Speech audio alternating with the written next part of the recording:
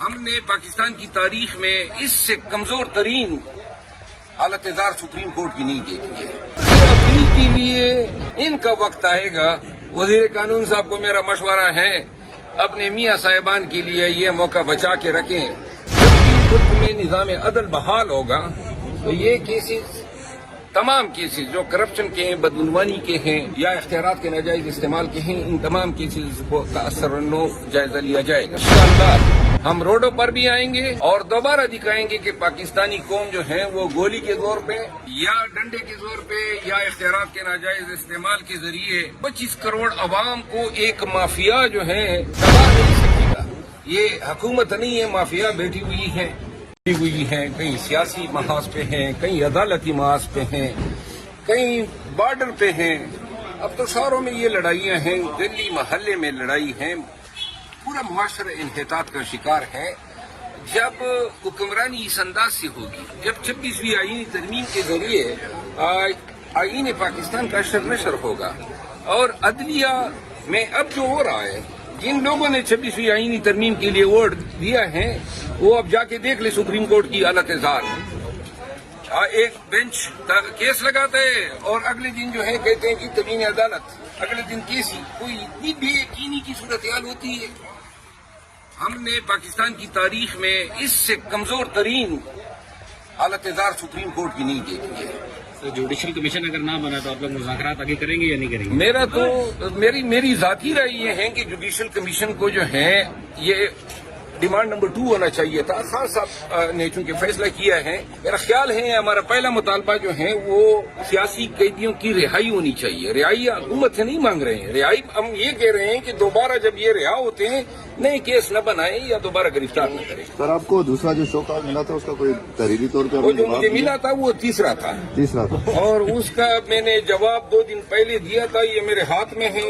وہ بور صاحب نے کہا ہارڈ میں بھی دے دیں، تو یہ ہارڈ میں میرا اسٹاف ان کو پہنچا رہا ہے ہارڈ کاپی میں، اور بس تمت تو بالخیر۔ سر وزیر قانون صاحب نے کہا ہے کہ آپ صدر سے اپیل کر کے عمران خان کی سزا معاف کروا سکتے ہیں، کیا آپ لوگ اپیل کریں گے، اس کو اپرچونٹی کو اویل کریں گے؟ صدر سے اپیل کے لیے ان کا وقت آئے گا۔ وزیر قانون صاحب کو میرا مشورہ ہے اپنے میاں صاحبان کے لیے یہ موقع بچا کے رکھیں۔ وہ جو کیسز انہوں نے عدلیہ کا کندھا استعمال کر کے اور ملی بھگت سے اداروں کے ساتھ، جس طرح نیب ان کے ساتھ مل گیا تھا، ختم کیے ہیں، یہ کیسز دوبارہ سر اٹھائیں گے۔ اور میرا خیال نہیں ہے کہ یہ سیاسی انتقام کا نتیجہ ہوگے، بلکہ جب بھی ملک میں نظام عدل بحال ہوگا تو یہ کیسز، تمام کیسز جو کرپشن کے ہیں، بدعنوانی کے ہیں یا اختیارات کے ناجائز استعمال کے ہیں، ان تمام کیسز کو تاثر جائزہ لیا جائے گا۔ سر مذاکرات نہ ہوئے تو آپ لوگ پھر سے روڈوں پہ آئیں گے یا؟ انشاءاللہ ہم روڈوں پر بھی آئیں گے اور دوبارہ دکھائیں گے کہ پاکستانی قوم جو ہے وہ گولی کے زور پہ یا ڈنڈے کے زور پہ یا اختیارات کے ناجائز استعمال کے ذریعے 25 کروڑ عوام کو ایک مافیا جو ہے دبا نہیں سکے گا۔ یہ حکومت نہیں ہے، مافیا بیٹھی ہوئی ہے، سب چیزوں پہ قبضہ ہے۔ اس کو ناجائز قبضہ کہتے ہیں، نہ آئین، نہ بنیادی انسانی حقوق، نہ شخصی آزادی، کچھ بھی نہیں ہے اس ملک میں۔ اسی لیے تو ہم کہہ رہے ہیں کہ خدا را مذاکرات کے ذریعے اس ملک کو اور اس ملک کے عوام کو ان کا لوٹا ہوا حق واپس کر دو۔ بے شک آپ ہمیں مینڈیٹ نہ دیں، لیکن جو بنیادی حقوق ہیں ان سے تو بات آ جاؤ۔ کیا حشر کر دیا ہے اس پیارے پاکستان کا انہوں نے، اور اغراض اور مقاصد کیا ہے؟ لوٹ مار۔ یعنی کہ یہ لوگ پاکستانی عوام کی محبت میں اتنے گرفتار تھے کہ جیلی طریقے سے حکومت بنا کے اور اسمبلیوں میں آ کے اب کہتے ہیں ہم آپ کی خدمت کرنا چاہتے ہیں۔ یہ کوئی ممکن ہوتا ہے اس طرح؟ یعنی کہ آپ آئے ہی اسی لیے ہیں جیلی طریقے سے کہ لوٹ مار کریں، اور یقین کریں زبردست لوٹ مار آج کل ہر جگہ پہ ہو رہی ہے، اور اس لوٹ مار کا پتہ پاکستانیوں کو 1.5-2 سال بعد پتہ چلے گا، جب یہ کس سے تش بام ہوں گے کہ کون کیا کر گیا، کون کتنا ہاتھ مار گیا۔ مہروز صاحب، آج ڈیجیٹل نیشن بل پاس ہو گیا کمیٹی کے، کیا سمجھتے ہیں کہ اس کے امپیکٹ کام پاکستانی کے اوپر کیسے پڑے، کتنے پڑیں گے؟ اور دوسرا، پاکستان میں انٹرنیٹ کی جو سروسز ہیں وہ ویسے ہی ڈاؤن رہتی ہیں، اور ڈیجیٹل نیشن بل بھی پاس کر دیا ہے، اور جاسوسی بھی ہوگی اب عام آدمی کی۔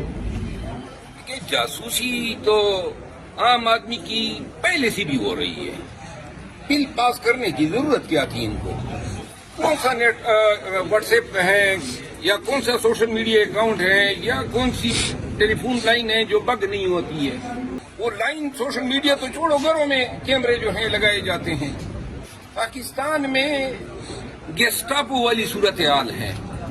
अलबत्ता एक चीज जो है वो मैं खुद जो डॉलर कमाने के चक्कर में यूट्यूबर बैठे हुए हैं बैरून मुल्क, उन्होंने जो गालम गलोच का कल्चर मुतारफ कराया है और जो लोगों की पगड़ियां उछालते हैं, पाकिस्तान के अंदर मीडिया के बड़े बड़े लोगों पे जो गंद उछालते हैं, इन लोगों के हवाले से इस कानून की सिर्फ इतनी हिमायत करूंगा कि जो लोग अपनी खबर झूठ की बुनियाद पे रखेंगे और इसका मकसद किसी की पगड़ी उछालना है, ऐसे लोगों को निशान इबरत बनाना चाहिए। इन यूट्यूबर्स को तो पहले आप लोग ऑन करते थे, अभी आप इसको डिसऑन कर रहे हैं और साथ ही आप इनको बुरा भला भी कह रहे हैं। अगर कोई एक बयान मेरा मिल जाए, सर पीटीआई का, अब मैं अपनी बात कर रहा हूँ यार, पीटीआई वाले तो जब मैं मीडिया पे बैठ जाता हूँ तो जब कभी मैंने ये नहीं कहा है अपने मुंह से कि मैं पीटीआई का पॉलिसी स्टेटमेंट देता हूँ, लेकिन मैं जो कह जाता हूँ कहते हैं कि वो पॉलिसी स्टेटमेंट नहीं दे सकता है। हजरत, मैंने पहले भी हर उस शख्स पे जो पाकिस्तानियों की तौहीन करता है, पाकिस्तानियों की इज्जत तार करता है, मैं ऐसे तमाम यूट्यूबर जो हैं उन पे एक दफा फिर आपकी वसातत से एक बहुत बड़ी लानत भेजता हूँ। मरवत साहब, जब पार्टी परचम पीटीआई और हुकूमत कर रहा है, पीटीआई एक तरफ तो कह रही है कि हुकूमत उनकी इमरान खान से मुलाकातें नहीं करवा रही, तो मुलाकातें करवा भी रही है, उनमें भी कहीं कैमरा लगा है, कहीं बग्स लगे हुए हैं और सारी जो है ना विदाउट एनी हुकूमत ये जो पहले मुलाकात हुई, आपको शायद इल्म नहीं होगा, वो मुलाकात भी हुकूमत ने नहीं कराई थी, अली अमीन खान ने कराई। अभी मुलाकात कौन करा सकता है आपके ख्याल में?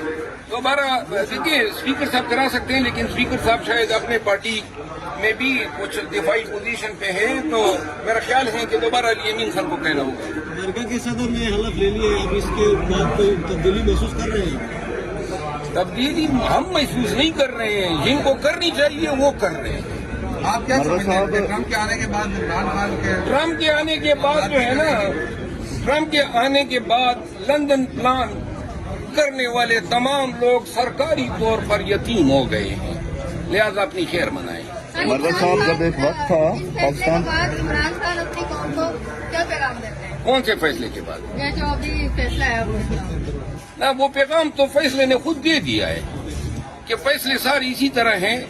जो भी फैसला आया है आप याद कर लें, इधर फैसला आता है, दूसरी तरफ नेशनल मीडिया पे आता, तारड़ साहब बैठ जाते हैं और जनाब टाइम लग जाते हैं कि ऐसी तारीख रकम हो गई, ऐसे शवाहिद थे, फिर उन फैसलों का क्या हुआ? तोशाखाना था, साइफर था, इद्दत थी, तोशाखाना 2 था, 9 मई के केसेस थे, वो केस किधर गए? हाँ जी, क्या हुआ? अपील इंशाल्लाह मंडे को लगी। मरवत साहब, एक वक्त था जब पाकिस्तान तहरीक इंसाफ का परचम उठाना भी एक जुर्म समझा जाता था, 4 लोग जमा नहीं होते थे। उस वक्त एक नया चेहरा आपकी शक्ल में सामने आया और पाकिस्तान तहरीक इंसाफ को उसने दोबारा जोड़ा, सड़कों पे लाया। तो ऐसे पाकिस्तान तहरीक इंसाफ के अंदर कौन से रहनुमा हैं जिनको शेर अफजल मरवत का चेहरा नहीं पसंद और इमरान खान से वो शिकायतें, क्या खुल के आप उनका नाम लेंगे? मैं गुजारिश ये करता हूँ कि ये चेहरा हर उस शख्स को पसंद नहीं है सियासत में, पीटीआई में, जो ये समझते हैं कि मैं उससे आगे निकल गया हूँ। सियासत में जो मुनाफिकत है वो अब्दुल्ला इब्न उबी में भी शायद इतनी नहीं थी, तो लिहाजा मेरा कसूर नहीं है और न मैं मुफ्त की सजा जो है और ये कैंपेन फेस कर रहा हूँ। ये वो बदबख्त लोग हैं जो खुद काम के वक्त कुछ न कर सके, अब बजाय इसके कि कुछ आज करके दिखा दें, टांगे खींच रहे हैं। भाई खींचने दो, अल्हम्दुलिल्लाह टांगे भी हमारी बड़ी लंबी है, उनकी उम्र निकल जाएगी, लेकिन मुझे मुतज़्ज़ल ऐसे चेहरों के सर नाम लेके क्यों नहीं उनको सामने लाते थे? नाम देखियो, कई दफा मैंने नाम भी लिए हैं। आज भी साहब की फरमाइश यार मेरी बात राई सही चादर जो हमारी ऊपर पड़ी है, क्यों आप लोग इस पे हैं कि हम आपका कोई नहीं निकाल हम सकता इधर नहीं क्यों, देखिए अब आप हमें मलाकड़े पे मजबूर कर रहे हैं कि मलाकड़ा लड़ो। बहुत मोहब्बत है मीडिया वालों को। हमें मीडिया वाले देखिए, ये वो लोग हैं और आप सब गवाह हैं। ये वो दौर था जब कोई लीडर आपको नजर ही नहीं आता था। ये वो दौर था। एक मिनट, आप लोग इसके गवाह हैं। बड़ा चैनल मोनेटाइज कर रहे हैं मेरी आप गुजारिश सुनिए, ये वो वक्त था जब न कोई लीडर नजर आता था, न आपको वकील नजर आता था, न तर्जमान नजर आते थे, और हर वक्त जो है डर और खौफ की वजह से लोगों ने मोबाइल बंद रखे हुए थे। उस वक्त भी दंदनाते हुए हम चले। और दूसरी बात ये है, तरह तरह की कोई इल्जाम ऐसा लगा नहीं रहा नहीं है जो मुझ पे न लगाया हो। सब हर किस्म की। अब मैं कहता हूँ मजीद लगाओ, मजीद बोलो मेरे खिलाफ। जो यूट्यूबर मेरे खिलाफ बोला है, अल्हम्दुलिल्लाह अवाम ने उसका तिया पांचा किया हुआ है। मजीद बोलो, मैंने जो मेरा वकालत में नुकसान हुआ है इन्हीं यूट्यूबर के डॉलरों से पूरा करूँ।